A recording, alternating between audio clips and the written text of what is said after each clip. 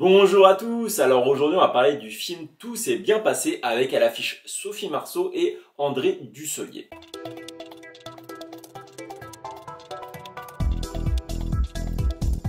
Alors c'est une réalisation de François Ozon dont les deux derniers films avaient été vraiment salués par la critique. Il s'agit de Été 85 sorti en 2020 et Grâce à Dieu en 2019.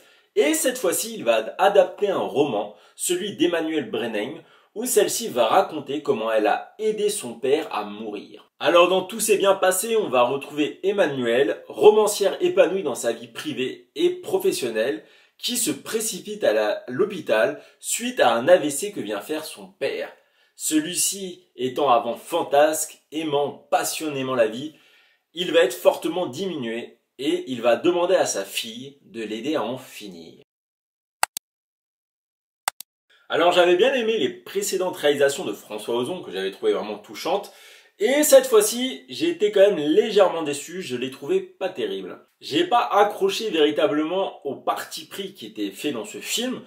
Alors on va le voir exclusivement de le point de vue d'Emmanuel. Donc, du point de vue Emmanuel, je pars Sophie Marceau.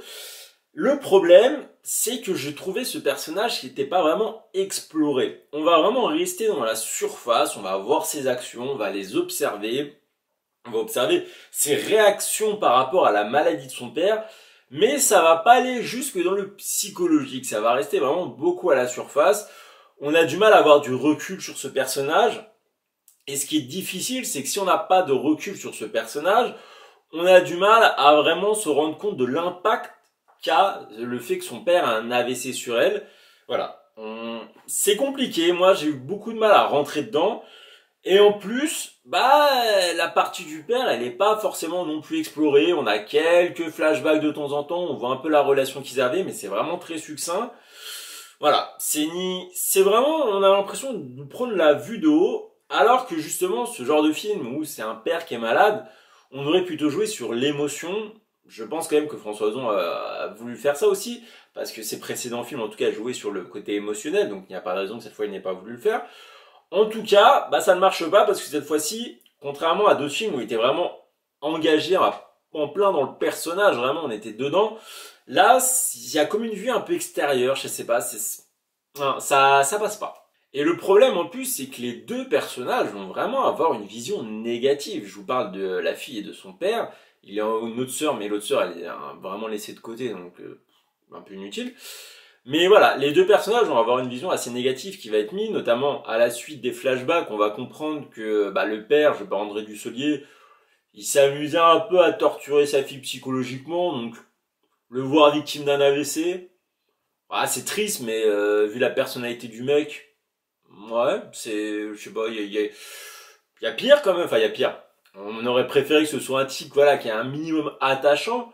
Et même s'il était pas attachant, qu'il y ait quand même un truc. Alors que là, il y a rien, quoi. C'est juste, on voit juste un type qui était un sadique, qui a eu un AVC, et qui, avec le peu de main qui lui reste dans l'AVC, il continue à avoir un petit jeu de manipulation un peu. Et la fille jouée par Sophie Marceau, c'est pas vraiment mieux parce qu'elle va être assez égoïste dans sa manière de traiter avec sa sœur, donc là sa sœur qui est là gentille, qui est honnêtement le seul personnage un minimum attachant, mais un personnage qui est pas trop exploité.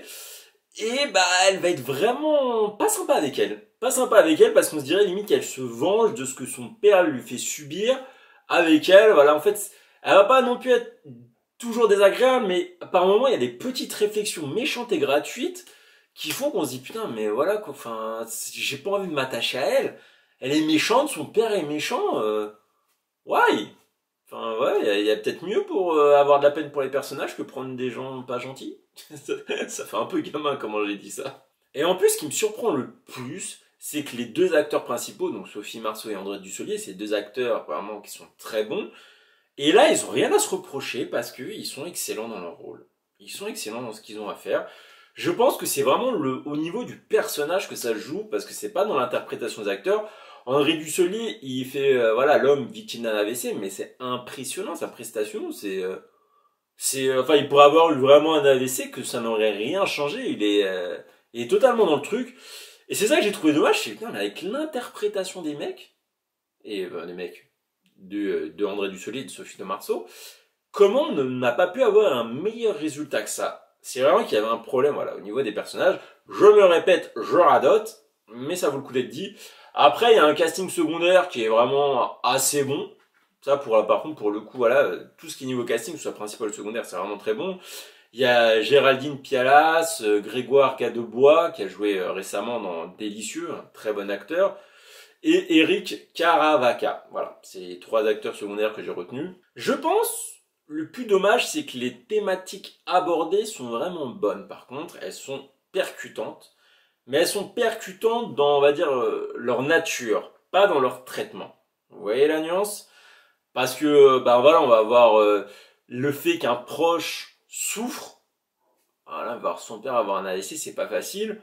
Mais ça mène un peu nulle part, parce que forcément, on se rend compte qu'aucune des deux filles ne l'aime. Donc, why not? C'est pas forcément... À la rigueur, il y en aurait une des deux qui aurait été vraiment attachée à lui, mais à fond. L'autre ne l'aimant pas. Il aurait pu avoir, voilà, en plus rajouter un conflit, etc. Après, c'est un livre écrit par rapport à la réalité, donc là, je suis plus des fictions qui auraient pu être intéressantes. Mais c'est vrai que s'il s'en est si il s'est vraiment cantonné au livre et que le livre se cantonne à la réalité, à ce niveau-là, on peut rien reprocher. Après, on a le fait que bah, l'homme veuille se donner la mort. Voilà, il adorait vivre, là, il veut se donner la mort. Le fait d'avoir une espèce d'euthanasie, suicide assisté, je trouve que c'est vraiment un débat réglé en 2 secondes, quoi. Une facilité déconcertante. Alors pourtant, c'est un sujet de société énorme, mais là, c'était comme une évidence. C'est dommage, parce qu'on aurait pu justement, voilà, parler, argumenter, etc.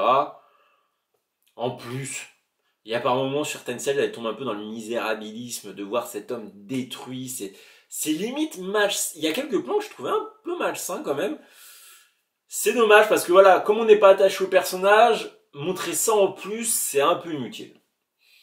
Donc bon, ça reste mon ressenti bien entendu. Si je devais vous conseiller, bah, je vous dirais forcément de ne pas aller le voir, vous avez compris. Et je vous dis à une prochaine critique et passez une bonne semaine cinéma. Allez, ciao!